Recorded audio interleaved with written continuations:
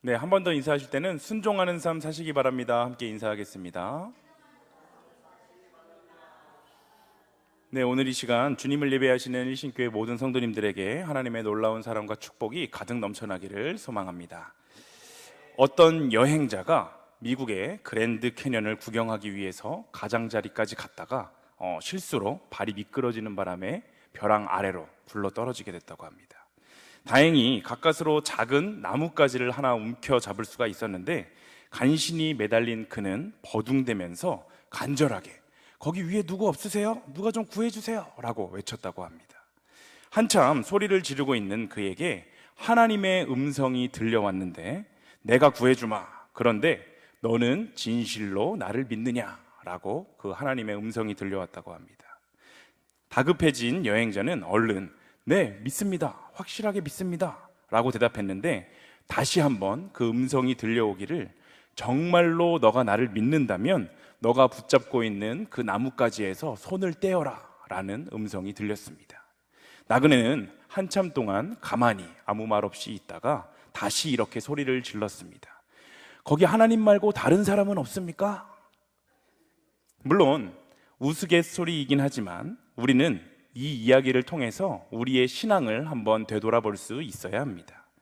예수를 믿고 따른다는 정말 많은 사람들이, 그리스도인들이 자신이 생각하는 방법과 또 하나님의 뜻이 충돌하게 될 때 자기의 뜻을 포기하고 온전히 따르는 것, 바로 하나님의 뜻을 따르는 것이 진정한 믿음인 것은 너무나도 잘 알고 있지만 결국 위기의 순간, 정말 절체절명의 위기의 순간에 빠지게 되었을 때 결국에는 자기의 뜻대로 행동해버리는 수많은 그리스도인들이 있다는 사실을 우리는 기억해야 합니다.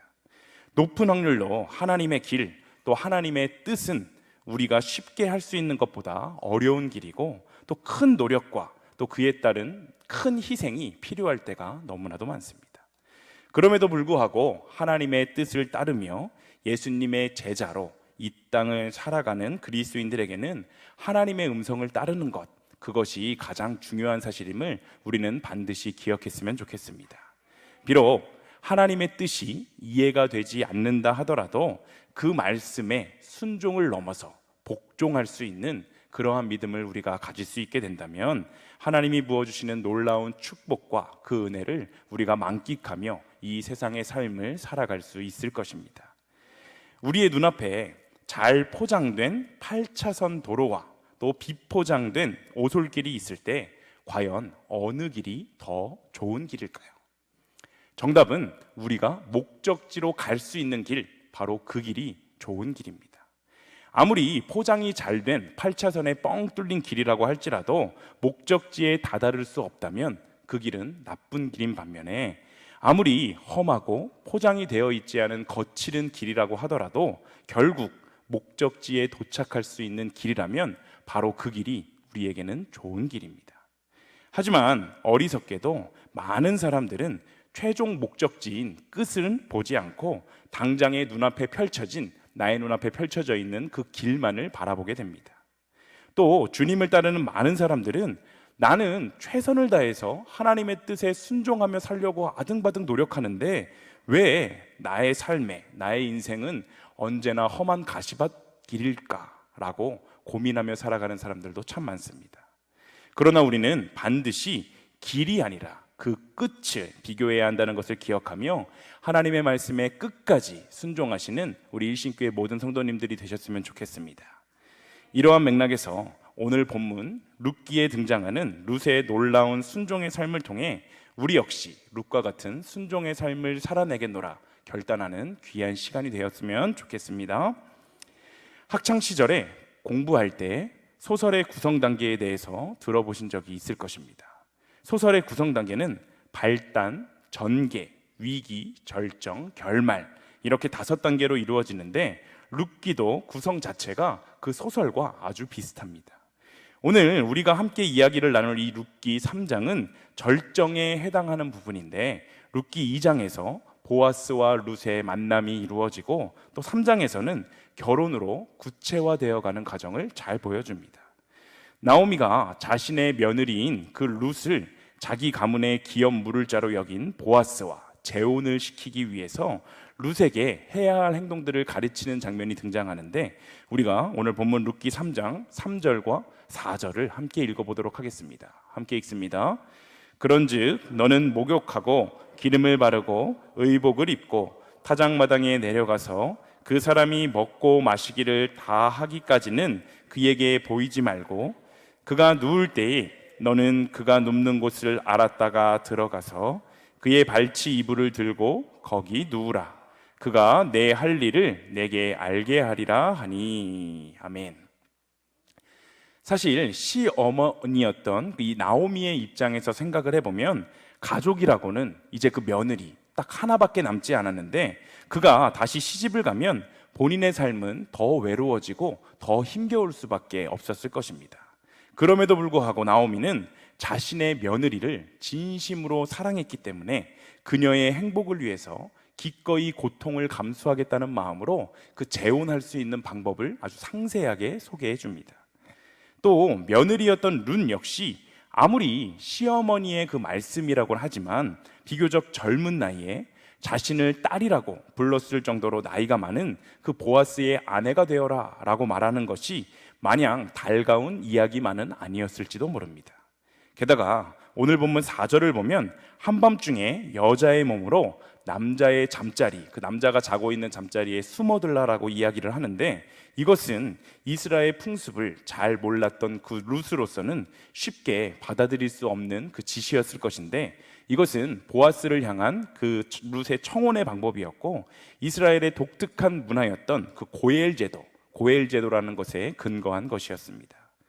당시는 친족들을 중심으로 한 혈연 공동체를 중심으로 모든 사회생활이 이루어질 때였기 때문에 그 혈연 공동체 내에 속한 구성원들이 서로의 재산과 또 서로의 가문을 보호하기 위해 고엘제도라는 것이 있었는데, 친족이 자식을 남기지 못하고 죽은 친족의 미망인을 아내로 삼아서 그 자식을 낳아 그 죽은 친족의 대를 잇게 해줄 그러한 의무가 있었을 때였습니다. 그러나 지난번에도 제가 설명을 드렸듯이 아무나 기업 물을 자가 될 수 있었던 것이 아니라 먼저 혈연관계 또는 친족관계여야 하고, 또 자원하는 마음이 있어야 했으며, 또 그 의무를 감당할 만한 넉넉한 그러한 능력도 있어야 했습니다. 그런데 룻기 2장 1절에 보면 보아스는 나오미의 남편 엘리멜렉의 친족으로 유력한 자다라고 나와 있는 것을 봐서 그는 친족 관계였고 또 의무를 감당할 만한 충분한 능력까지도 갖고 있었음을 우리가 보게 되는데, 나머지 하나의 조건, 그 보아스의 자원하는 마음, 그 자원하는 마음까지도 있어야만이 이 기업 물을 자가 될 수 있었다는 사실을 우리는 기억하고 있어야 됩니다. 그런데 아무리 그렇다고 해도 여자가 남자가 자고 있는 그 곳에 몰래 밤에 들어가서 눕는다는 것은 오해의 소지도 너무나도 많고, 물론 보아스가 룻의 이러한 행동을 좋게 보고 받아들여 준다면 해피엔딩으로 끝날 수 있지만, 그렇지 않을 경우에는 아주 난처한 상황이 될 수밖에 없지 않습니까? 그럼에도 불구하고 룻은 이런 모든 위험과 오해의 가능성들을 무릅쓰고 두말 없이 나오미의 지시를 따라서 순종하는 모습을 보여주고 있습니다. 룻은 나오미의 권고대로 타작마당으로 내려갔습니다. 그리고 잠을 자고 있던 보아스의 그 발치에 누웠습니다. 룻도 왜 이렇게 해야 하는지를 몰랐습니다. 자신이 성장했던 모압 땅의 상식에서는 전혀 이해할 수 없는 그러한 상황이었지만 그저 그녀는 순종했습니다. 이러한 순종은 부분적인 순종이 아니라 완전한 순종입니다. 본문 5절은 이렇게 이야기하는데요, 우리가 함께 읽어보겠습니다. 함께 읽습니다. 룻이 시어머니에게 이르되 어머니의 말씀대로 내가 다 행하리이다 하니라. 아멘. 사람은 누구나 자신의 경험적 또 지식적 울타리 안에서 생각하기 때문에 한계가 있습니다. 그래서 모든 상황에 대해서 다 이해하고 또 그 의미를 안 다음에 행동하는 것이 무조건 옳은 것은 아닐 수 있습니다. 기독교 복음의 특징 중에 하나가 이유를 알고 이유를 다 이해한 다음에 순종하는 것이 아니라 순종을 통해서 그 다음 것들을 알아가게 된다는 것입니다. 만약에 기독교 복음이 먼저 다 이해가 되고 그 이해한 것들을 받아들이는 것이라면 하늘의 복음이라 이야기할 수 없을 것입니다. 또 모든 복음이 이해가 가능하다면 그것은 그저 우리의 상식에 불과하기 때문에 우리의 큰 믿음, 우리가 그것들을 따르기 위한 큰 믿음을 요구하지도 않을 것입니다. 하지만 복음이란 우리의 상식 밖의 영역이고 우리가 모든 것을 다 이해하고 난 뒤에 우리가 그것들을 행할 수 있는 것도 아니기 때문에 내가 왜 이렇게 행동을 해야 하는지 지금은 그 의미를 다 알 수는 없지만 우선 믿음으로 우리가 한 걸음을 내딛고 믿음으로 순종을 하기만 하면 훗날 그 뜻에 그 행동의 모든 이유들까지도 알게 되는 것이 바로 복음의 능력입니다. 우리가 반드시 기억해야 할 것은 우리가 믿는 하나님은 언제나 그 다음 계획, 그 다음 스텝을 계획하고 계시다는 사실입니다.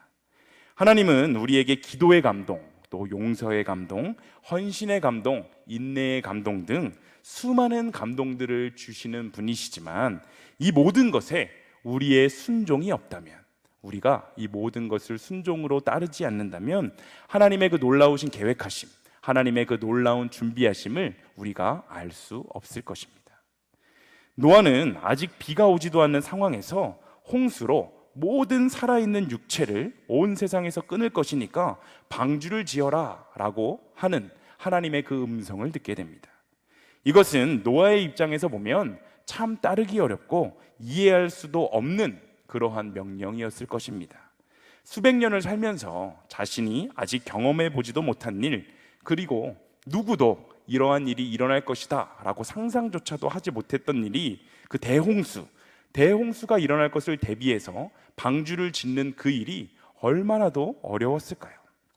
하지만 노아는 이러한 하나님의 그 이해할 수 없는 명령에도 그저 한마디 불평이나 의심도 없이 철저하게 순종하여서 120년에 걸쳐서 그것도 산 위에다가 그 커다란 방주를 짓게 됩니다. 모든 사람들이 그를 비웃고 조롱했지만 끝까지 묵묵하게 순종한 결과 하나님께서 물로 천하를 심판하실 때 그는 모든 사람들 가운데 구원을 받아서 새로운 인류의 조상이 될 수 있었습니다. 아들을 제물로 바치라는 하나님의 그 이해할 수 없었던 명령에 순종했던 아브라함과 그의 아들 이삭은 어떻습니까? 사랑하는 아들 이삭을 번제로 드리라는 그 하나님의 이해할 수 없는 요구에 순종하는 아브라함, 그 아브라함의 믿음은 너무나도 대단하지만 묵묵히 그 아버지의 뜻을 따르는 이삭의 순종은 더욱더 놀랍습니다. 아버지 아브라함은 하나님의 음성을 듣고 그 하나님께서 시키셨기 때문에 그 말씀에 순종했던 것이지만 이삭은 하나님의 음성을 들은 것도 아니었고 그렇다고 그 아버지 아브라함이 그 일에 대해서 자세히 설명을 해주어서 그것을 따랐던 것도 아니었습니다. 그럼에도 불구하고 오직 그는 아버지의 말씀, 아버지의 그 행동만 보면서 그 모든 것들을 순종함으로 따랐습니다.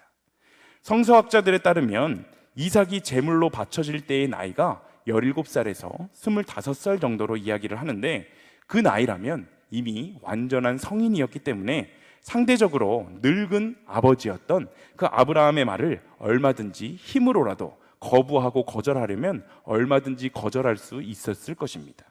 하지만 우리가 잘 알고 있듯이 아브라함과 이삭의 놀라운 그 순종 덕분에 그들은 그 다음을 준비하시는 여호와 이레의 하나님을 만날 수 있게 되었습니다. 오늘 본문의 룻도 마찬가지입니다. 룻은 어머니의 말씀대로 내가 다 행하겠다라고 말하며 나오미의 권고대로 그 신랑이 될 그 보아스에게 갔습니다. 바로 이 순종이 룻에게는 너무나도 중요한 일이었습니다. 다 이해할 수는 없었지만 순종하며 따랐을 때 하나님이 예비해 두신 축복과 안식을 얻게 된 것입니다. 성숙한 그리스도인의 믿음에는 언제나 순종이 요구됩니다. 참신앙의 열매는 더 좋은 선택을 하는 것이 아니라 인내와 순종으로 맺어질 수 있는 것이기 때문입니다. 그러나 안타깝게도 많은 성도님들이 순종의 문턱에서 자신의 생각대로 많은 것들을 선택하려고 합니다. 물론 하나님이 허락해 주신 그 자유의지로 무엇인가를 선택하는 것은 창조된 인간들에게 모두에게 주어진 그러한 권리이고 특권이지만, 문제는 어리석은 우리는 언제나 그 죄성으로 인해서 감히 하나님의 말씀조차도 우리가 우리의 입맛에 맞게 선택하려 하는 것, 바로 그것이 문제가 되는 것입니다. 하지만 우리가 반드시 기억해야 하는 것은 하나님의 그 말씀은 우리의 입맛에 따라 선택하는 그 선택의 영역이 아니라 순종의 영역이라는 사실을 우리는 기억해야 합니다. 성경의 모든 기적과 축복은 순종을 통해서 일어난 역사다라고 이야기를 해도 과언이 아닙니다. 여리고성을 돌아라, 요단강에 가서 7번 몸을 씻어라, 또 항아리에 물을 채워라, 그 물을 떠서 갖다 주어라. 성경에 나타나는 그 이해할 수 없는 하나님의 그 요구들, 하나님의 그 많은 요구들에 먼저 순종으로 반응했던 사람들은 하나님의 큰 축복을 누리게 되었고, 훗날 순종의 이유까지도 알게 됨을 우리는 깨닫습니다. 흐르는 강물처럼이라는 책이 있습니다. 그 책의 저자는 시카고 대학 영문학 교수인 노먼 맥클린의 동생을 40년간 추억하면서 쓴 소설인데, 영화로도 제작이 된 이 소설은 작가인 아들과 아버지의 대화를 그린 그 마지막 장면이 압권입니다. 둘째 아들 폴의 죽음으로 충격을 받은 그 아버지는 걸음을 잘 걷지 못했는데, 제목 흐르는 강물처럼 시간은 계속해서 흘러갔지만 여전히 아버지는 자신의 그 둘째 아들, 자신의 그 막내 아들이 왜 먼저 세상을 떠야만 했는지 여전히 이해할 수 없었습니다. 그러한 아버지를 큰아들은 이렇게 위로의 말을 전합니다. 완벽하게 이해하지 못해도 완벽하게 사랑할 수는 있습니다. 그렇습니다. 이해가 되지는 않지만 사랑할 수 있습니다. 그냥 사랑하는 것이 아니라 완벽하게 사랑할 수 있습니다. 이 말을 오늘 본문에 적용시켜 보면 이해가 되지 않지만 우리는 순종할 수 있습니다. 그것도 완벽하게 순종할 수 있습니다. 예수님도 십자가를 거절하고 싶은 자신의 생각을 이겨내고 순종함으로써 결국에는 십자가를 지시고 하나님의 그 놀라우신 계획, 하나님의 그 대속 사역을 이루시지 않았습니까? 예수님도 십자가의 그 죽음을 온전하게 이해하실 수가 없어서 십자가 위에서 시편 22편을 암송하셨습니다. 시편 22편 1절은 이렇게 이야기하는데요, 우리가 함께 읽어보겠습니다. 내 하나님이여, 내 하나님이여, 어찌 나를 버리셨나이까? 어찌 나를 멀리하여 돕지 아니하시오며 내 신음소리를 듣지. 아멘. 예수님도, 우리가 아니라 예수님도 그 하나님의 뜻이 이해가 되지 않는 순간이 찾아왔을 때, 하나님이여 왜 나를 버리셨습니까? 왜 나를 돕지 않고 내 신음소리를 듣지 않으십니까? 라고 말씀하신 것을 보면, 인간의 몸을 입고 이 땅에 오셨던 그 예수님도 우리와 다르지 않은 불완전하고 연약한 인간이었을 뿐이라는 것을 우리는 다시 한번 깨닫게 됩니다. 하지만 그럼에도 불구하고 결국 자신의 생각을 이겨내고 하나님의 말씀에 순종함으로 하나님의 놀라운 뜻과 계획의 도구로 사용되셨던 것을 볼 때, 바로 우리도 예수님과 같이 순종의 삶을 살아낼 수 있고 또 하나님께 귀하게 쓰임받을 수 있다는 사실을 우리는 깨닫게 됩니다. 이방 여인이었던 룻이 깨끗하게 복욕을 하고 또 새 옷을 입고 기름을 바르고 보아스를 찾아갔지만, 여전히 그녀는 이방 여자일 뿐이었고, 여전히 그녀는 한번 이제 갔다 온 재혼을 하게 된 과부였으며, 가난한 현실은 아무것도 변하지 않았었지만, 그럼에도 룻이 보아스의 신부가 되고 큰 복을 받게 된 그 유일한 비결은 바로 그녀의 놀라운 순종에 있었다는 사실을 우리는 기억해야 합니다. 마태복음 7장 21절은 이렇게 이야기합니다. 우리가 함께 읽어보겠습니다.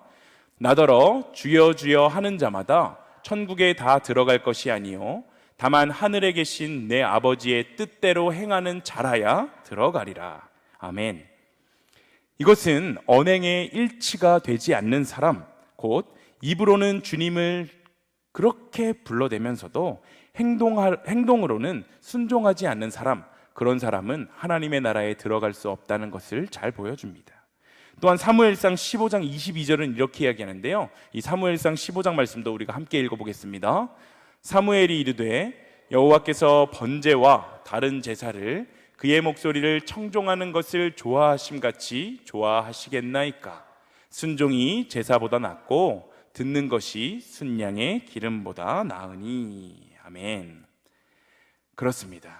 우리에게 가장 필요한 것, 우리의 신앙에 너무나도 중요한 것 중에 하나는 바로 순종이라는 사실입니다. 하나님께서 원하시는 것은 그저 묵묵히 하나님의 말씀을 잘 듣고 순종하는 삶을 살아가는 것입니다. 우리는 삶의 모든 자리에서 주님의 말씀에 순종하는 그러한 자세가 필요합니다. 우리가 주님의 부르심에 순종하는 삶을 살아간다면 주님은 이 시대 가운데 우리를 통하여 당신의 놀라운 사역들을 이루어 가실 것입니다. 그러므로 우리의 믿음은 하나님의 뜻을 이해하려고 노력하는 것이 아니라 비록 이해할 수 없는 어렵고 힘든 그러한 상황 속에서도 하나님의 말씀에 순종하는 것입니다. 비록 우리의 머리로 다 이해할 수는 없을지 모르지만 우리의 삶의 모든 상황은 하나님의 그 완전하신 계획, 하나님의 그 놀라우신 계획하심 속에 있다는 사실을 우리는 믿어야 합니다. 선하시고 우리를 너무나도 사랑하시는 그 하나님께서 우리의 인생에 의미 없이 행동하시는 것은 하나도 없음을 기억하며, 우리를 너무나도 사랑하시는 하나님은 언제나 우리가 그 뜻을 다 이해할 수 없을지라도 그저 외식하는 자처럼 겉모습만 번지르르하게 예수님을 따르는 척하는 것이 아니라 진정으로 하나님의 말씀에 순종하는 삶을 그렇게 삶을 살아내시는 우리 이신교회 모든 성도님들이 다 되시기를 소망합니다. 예수 그리스도를 믿음으로 구원을 받은 사람이 바로 여기에 앉아있는 우리들입니다. 하지만 성도가 되었다고 해도 구원의 완성에 다다른 것이 아님을 우리는 기억해야 합니다. 하나님이 우리를 구원해 주셨으니까 그저 우리는 이 세상 속에서 그냥 아무렇게나 막 살아도 결국에는 하나님 나라에 가게 되겠지라고 생각하는 것이 아니라 우리는 성도로서의 합당한 삶을 살아내기 위해 끊임없이 일상의 삶 속에서 부단히 노력해야 하고, 오늘은 특별히 성도의 많은 그 사명들 중에 그 순종에 초점을 맞추어 우리가 함께 이야기를 나누어 보았습니다. 나오미는 보아스를 통해서 무엇인가 큰 일을 이루시려는 그 하나님의 뜻을 보게 되었습니다. 그래서 몰락한 가정을 회복하기 위한 그 길을 찾게 되는데 마침 가장 가까운 친척이었던 그 보아스가 눈에 띄게 되었고, 그를 통해서 가문을 일으킬 계획을 세우게 됩니다. 나오미는 보아스가 보리타작을 마치고 타작마당에서 잠들면 그의 발치 이불을 들고 거기 누우라라고 명령했습니다. 이 말은 보아스에게 자신의 몸을 완전히 맡기라는 것이었습니다.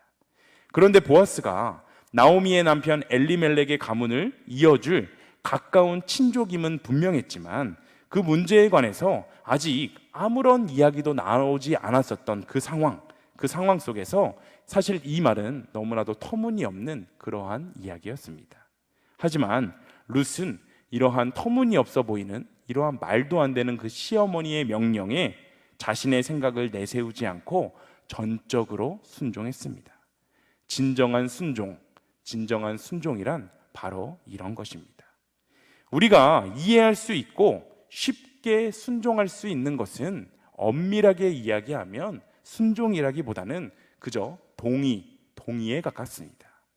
예수님은 하나님 아버지께 십자가의 잔이 지나가게 해달라고 간절히 구하셨지만 결국 하나님의 뜻에 자신의 뜻을 굴복시키시고 순종하셨듯이 하나님의 역사, 그 하나님의 위대한 역사는 순종을 통해 이루어지는 것임을 다시 한번 우리가 기억하며 하나님의 뜻 앞에서 언제나 순종하기로 결단하며 성숙한 성도가 되는 우리 모두가 되시기를 다시 한번 간절히 소망합니다.